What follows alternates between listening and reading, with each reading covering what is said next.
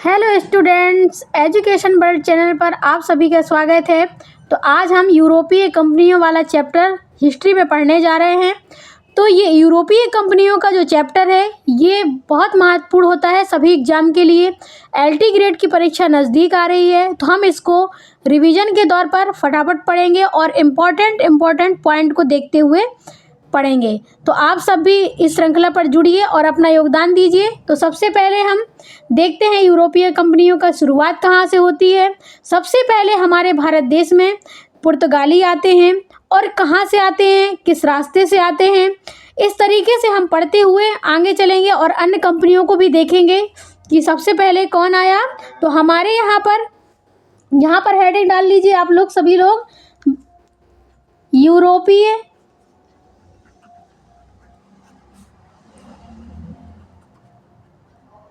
शक्तियों का भारत पर आगमन। इस तरीके से आप हेडिंग डाल लीजिए।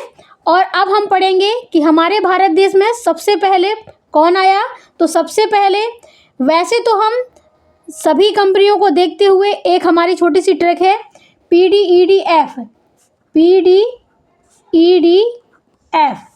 पीडीईडीएफ से सबसे पहले कौन आता है, पुर्तगाली आते हैं। इसके बाद पुर्तगालियों के बाद डच आते हैं, डच के बाद अंग्रेज आते हैं, डेनिश आते हैं और फ्रांसीसी आते हैं। तो इस तरीके से पीडीईडीएफ आप भी अपनी एक बना लीजिए, इससे याद करने में आसानी हो जाती है। तो सबसे पहले हम देखेंगे कि हमारे भारत देश में पुर्तगाली आए। तो पुर्तगाली की हेडिंग डालिए। और सबसे पहले पुर्तगाली आए और उसमें सबसे पहले कौन आया, वास्को डी गामा। सबसे पहले पुर्तगालियों में वास्को डी गामा आता है।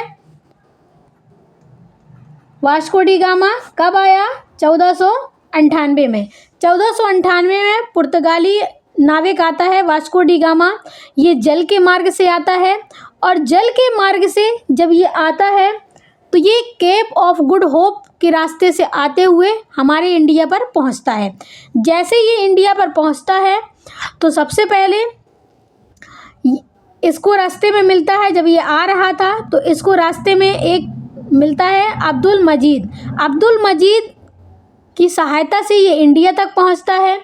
ये इससे पहले भी आया था लेकिन वो दक्षिण अफ्रीका तक आया और वापस चला गया। इसके बाद ये दोबारा आया, फिर इसने आगे का रास्ता खोजा और वहीं पर एक इसको अब्दुल मजीद नामक व्यापारी मिलता है, वो गुजराती था। उसकी सहायता से ये इंडिया तक आता है। तो हम जब ये इंडिया में आता है सबसे पहले तो ये कहाँ पर उतरता है, सबसे पहले इंडिया में आता है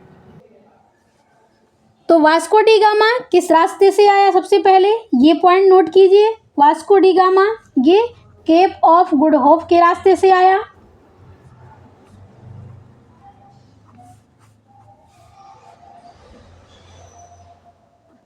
ये हमारा एक पॉइंट नोट कीजिए कि केप ऑफ गुड होप के रास्ते से आया। और यह जब रास्ते में आ रहा था इसने कितने दिन की यात्रा तय की, तो इसने 90 दिन की समुद्री यात्रा तय की।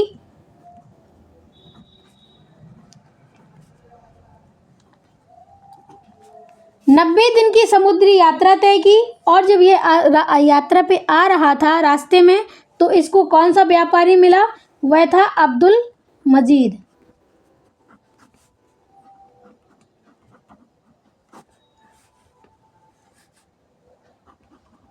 अब्दुल मजीद नामक व्यापारी के साथ आया।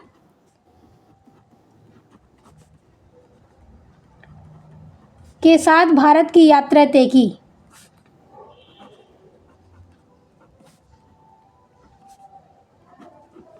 इसी तरीके से जब ये भारत में पहुंचा, इंडिया में जैसे ही पहुंचा तो ये कहाँ उतरता, सबसे पहले कालीकट में। कालीकट पहुंचता है ये।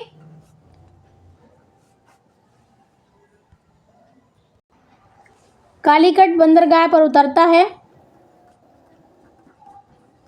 और ये एक बहुत महत्वपूर्ण बंदरगाह है जो किस टापू पर बना हुआ है, कप्पक टापू पर।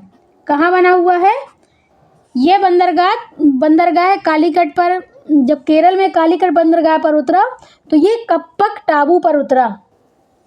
जैसे ही कप्पक टापू पहुंचा तो वहां पर इसका जोर शोर से स्वागत किया गया। किस राजा के द्वारा स्वागत किया गया?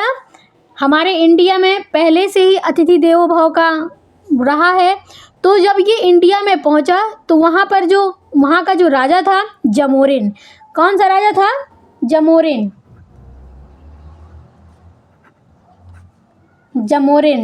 ने इसका स्वागत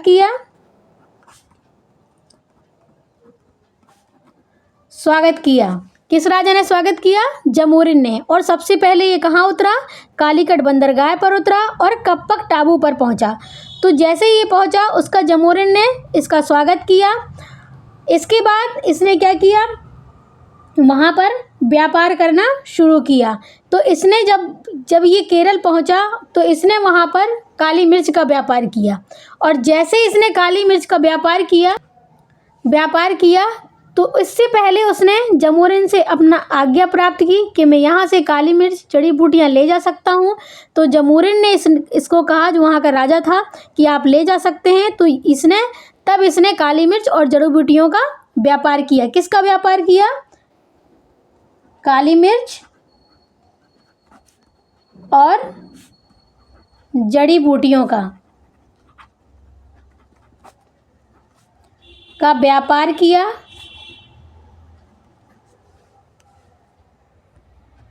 और जब यह व्यापार करके अपने देश वापस लौटा तो वहाँ पर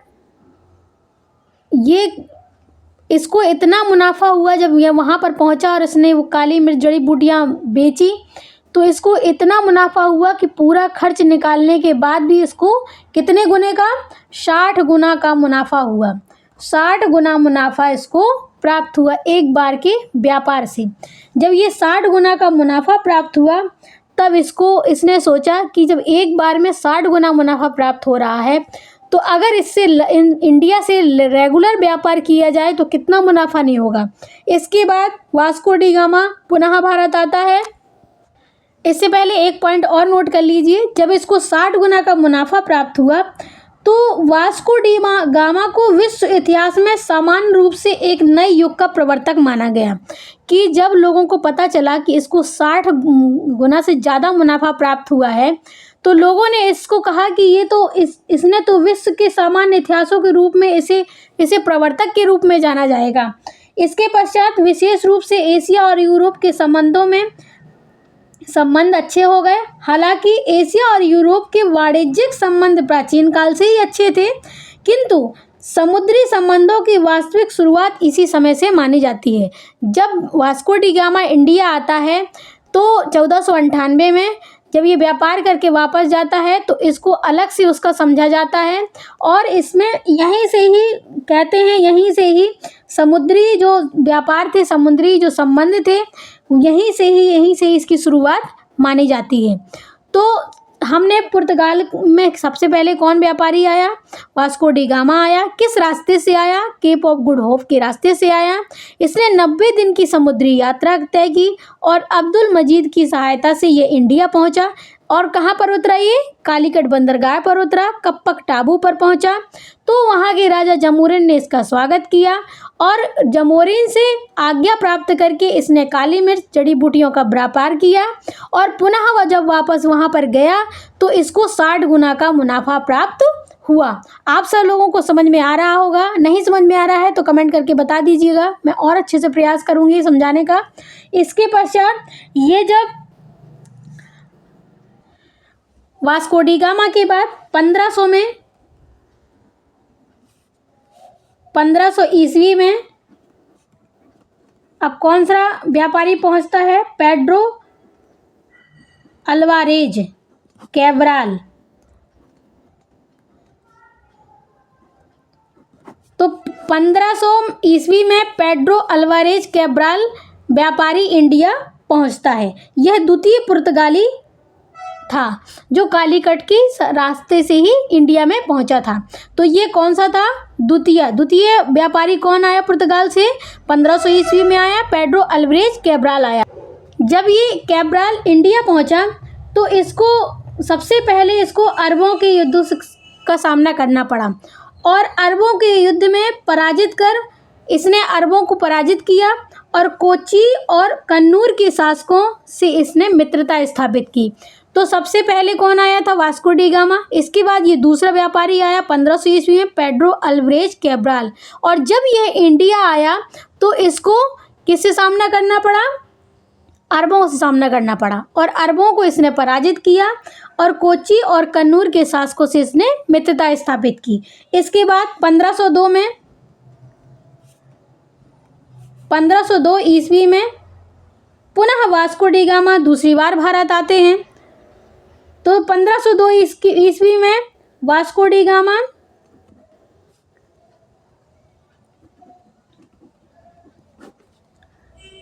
दूसरी बार भारत आया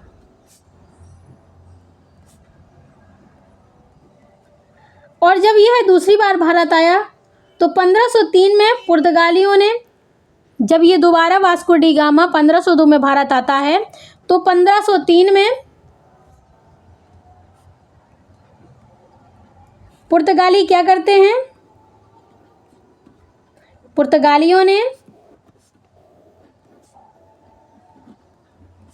कोचीन में पहली फैक्ट्री स्थापित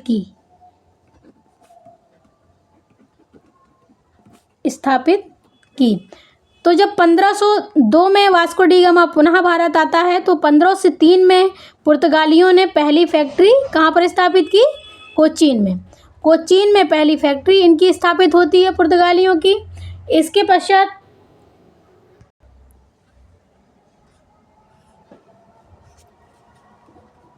1505 में पुर्तगालियों ने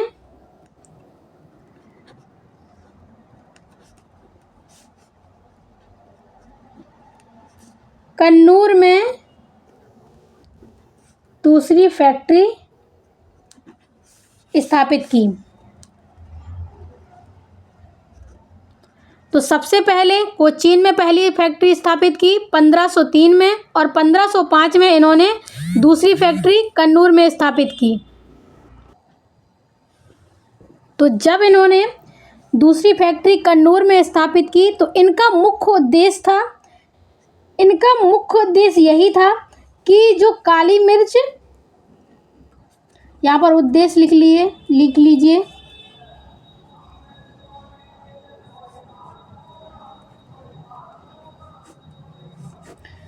मुख्य उद्देश्य इनका यही था कि काली मिर्च और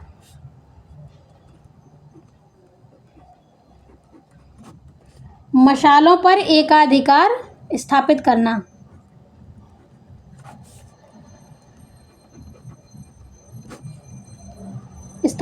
चाहते थे।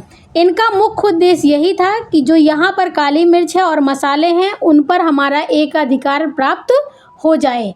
और इनका दूसरा जो मुख्य उद्देश्य था वह था अरबों और वेनिस व्यापारियों का भारत में प्रभाव समाप्त कर देना। जो अरब और वेनिस के व्यापारी पहले से व्यापार कर रहे थे उनके प्रभाव को यहाँ पर समाप्त कर देना। तो इनका एक और मुख्य उद्देश्य था, जो मुख्य उद्देश्य था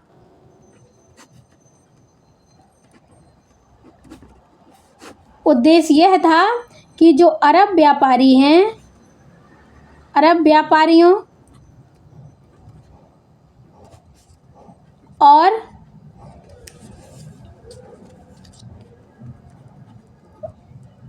वेनिस के व्यापारियों का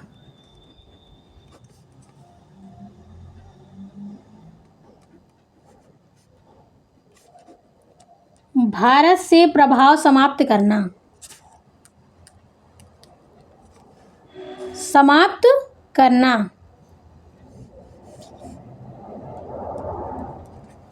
ये जो अरब के व्यापारी थे और वेनिस के व्यापारी थे उनका प्रभाव समाप्त कर देना चाहते थे, यही इनका मुख्य उद्देश्य था। इसके पश्चात आगे देखते हैं। इसके बाद 1505 में फ्रांसिस्को डी अल्मेडा आते हैं। कौन आता है? Francisco de Almeida.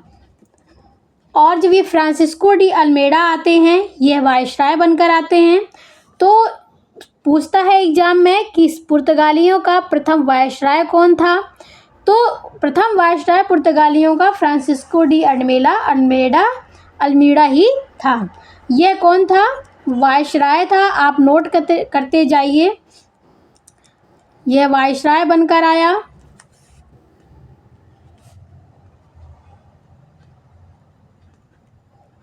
भारत में आया।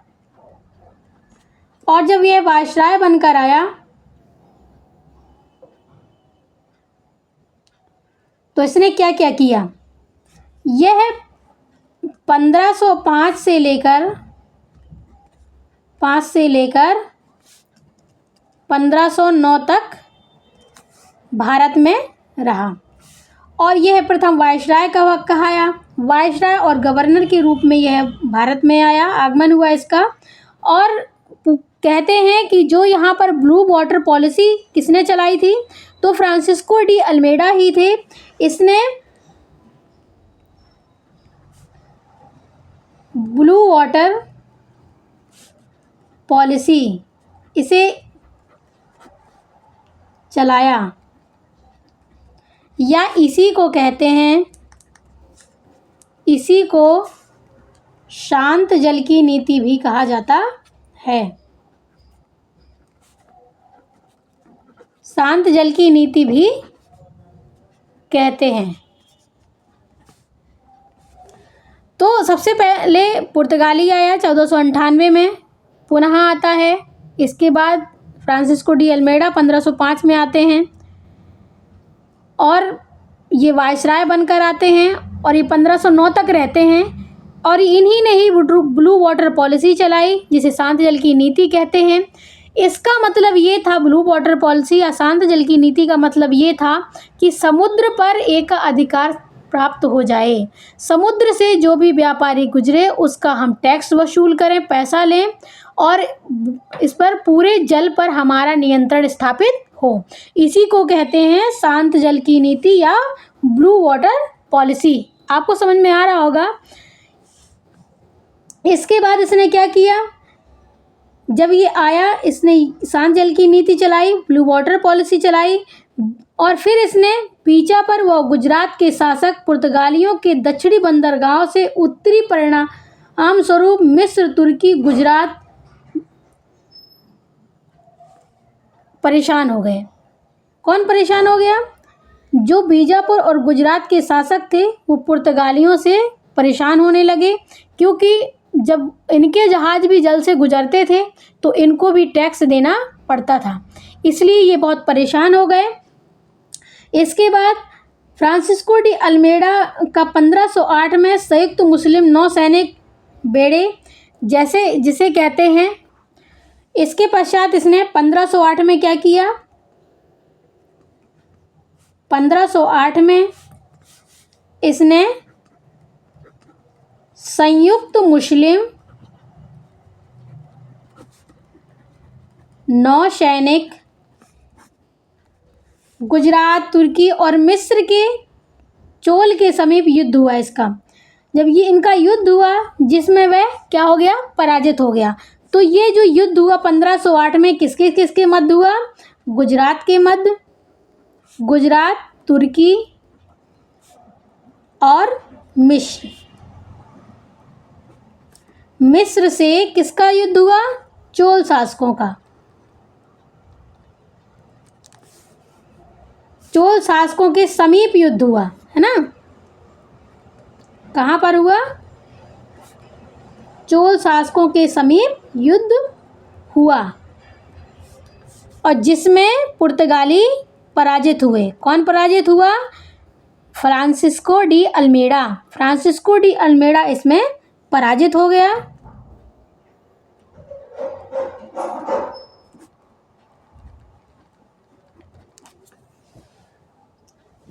तो 1505 में फ्रांसिस्को डी अल्मेडा भारत आते हैं, वायसराय बनकर भारत आते हैं। 1505 से लेकर 9 तक रहते हैं, जिसमें इन्होंने ब्लू वाटर पॉलिसी चलाई, शांत जल की नीति चलाई।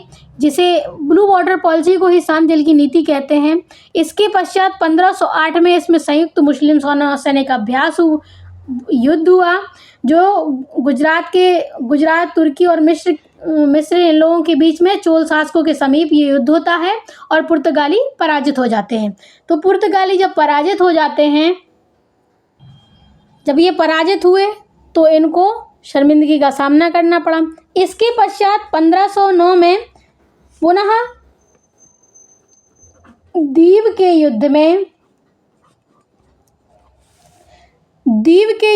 या द्वितीय चोल युद्ध में उसने मुस्लिम नौसैनिक बेड़े को परास्त कर दिया।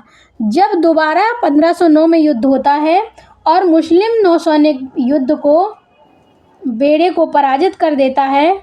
कौन पराजित करता है? पुर्तगाली। बेड़े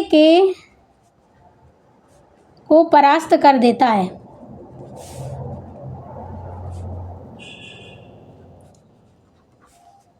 इसके पश्चात 16वीं शताब्दी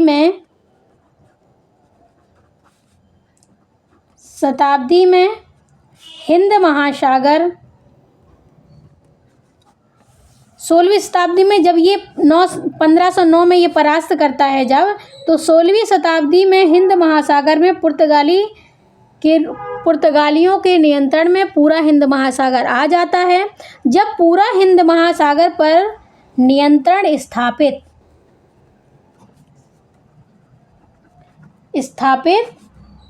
हो जाता है, जब नियंत्रण स्थापित हो जाता है तो यहाँ यह किस नाम से जाना जाता है?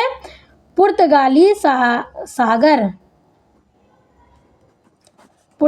सागर के नाम से जाना जाता है। पुर्तगाली सागर के नाम से यह जाना जाता है। इसके पश्चात अब हमारे अगले पुर्तगाली शासक आएंगे जो फ्रांसिस्को डी अल्बुकर्क होंगे। फ्रांसिस्को डी अल्बुकर्क आते हैं। हम चाहते हैं कि फ्रांसिस्को डी अल्बुकर्क और नीना डू किन्हा, जियो डी फैक्ट्रो, इन तीनों को हम अगले लेक्चर में पढ़ेंगे, जिससे हमें अच्छे से समझ में आएगा। क्योंकि एक साथ फिर समझाना मुश्किल हो जाता है और समझना भी मुश्किल हो जाता है, फिर याद नहीं रहता और दिमाग से निकलना शुरू हो जाता है। तो हम चाह रहे हैं कि अगले लेक्चर में इसको स्टार्ट करेंगे। तो इसको एक बार रिवीजन कर लेते हैं। अभी तक हमने क्या क्या पढ़ा। सबसे पहले हमने पुर्तगालियों में वास्को डी गामा को पढ़ा। 1498 में भारत आता है। 1498 जब ये भारत आता है तो अब्दुल मजीद की सहायता से भारत पहुंचता है और कालीकट बंदरगाह पर यह उतरता है, कप्पन टापू पर उतरता है। और जब वहां जाता है तो जमोरिन जो वहां का राजा था उसने ज़ोर शोर से स्वागत किया, क्योंकि हमारे इंडिया में अतिथि देवो भव का पहले से प्रचलन रहा है। तो उसका बहुत स्वागत होता है। और यह वास्को डी गामा राजा से आज्ञा प्राप्त करके काली मिर्च का व्यापार करके, जड़ी बूटियों का व्यापार करके जब वापस जाता है अपने देश पे तो 60 गुना का इसको मुनाफा होता है। इसके पश्चात ये सोचता है कि एक बार में जब इतना मुनाफा प्राप्त हुआ है तो क्यों ना इंडिया से व्यापार करना प्रारंभ कर दिया जाए। तो जब ये व्यापार प्रारंभ करते हैं, इसके बाद दोबारा 1500 में पेड्रो अल्वेज कैब्राल आते हैं। और यहाँ पर कैब्राल आते हैं जब तो अरबों से युद्ध में पराजित कर कोचीन और कन्नूर के शासकों से मित्रता स्थापित करते हैं। इसके बाद 1502 में वास्को डी गामा पुनः भारत आता है और 1503 में पुर्तगाली और कोचीन में फैक्ट्री स्थापित करते हैं पुर्तगाली। और इसके बाद 1505 में कन्नूर में स्थापित करते हैं। इसके बाद फ्रांसिस्को डी अल्मेडा आते हैं 1505 में। 1509 तक ये रहते हैं और अल्मेडा ब्लू वाटर पॉलिसी चलाते हैं, शांत जल की नीति चलाते हैं। और 1508 में संयुक्त मुस्लिम नौसैनिक का युद्ध होता है जो चोल शासकों के समीप होता है, जिसमें पुर्तगाली पराजित होते हैं। इसके बाद पुनः 1509 में युद्ध होता है और पुर्तगाली जीत जाते हैं, जिससे 16वीं शताब्दी में हिंद महासागर पर इनका पूर्णतः नियंत्रण स्थापित हो जाता है और यह पुर्तगाली सागर के नाम से जाना जाता है, हिंद महासागर। और बाकी लेक्चर हम अगले में स्टार्ट करें, अगले उस पर स्टार्ट करेंगे, दूसरा वाला लाएंगे तो उस पर आगे पढ़ाएंगे। तो आपको ये लेक्चर अच्छा लगा हो तो दिल से लाइक कीजिएगा, सब्सक्राइब कीजिएगा, कमेंट करके फिर बताइएगा आपको लेक्चर कैसा लगा। फिर मिलते हैं एक नेक्स्ट वीडियो के साथ, तब तक के लिए धन्यवाद।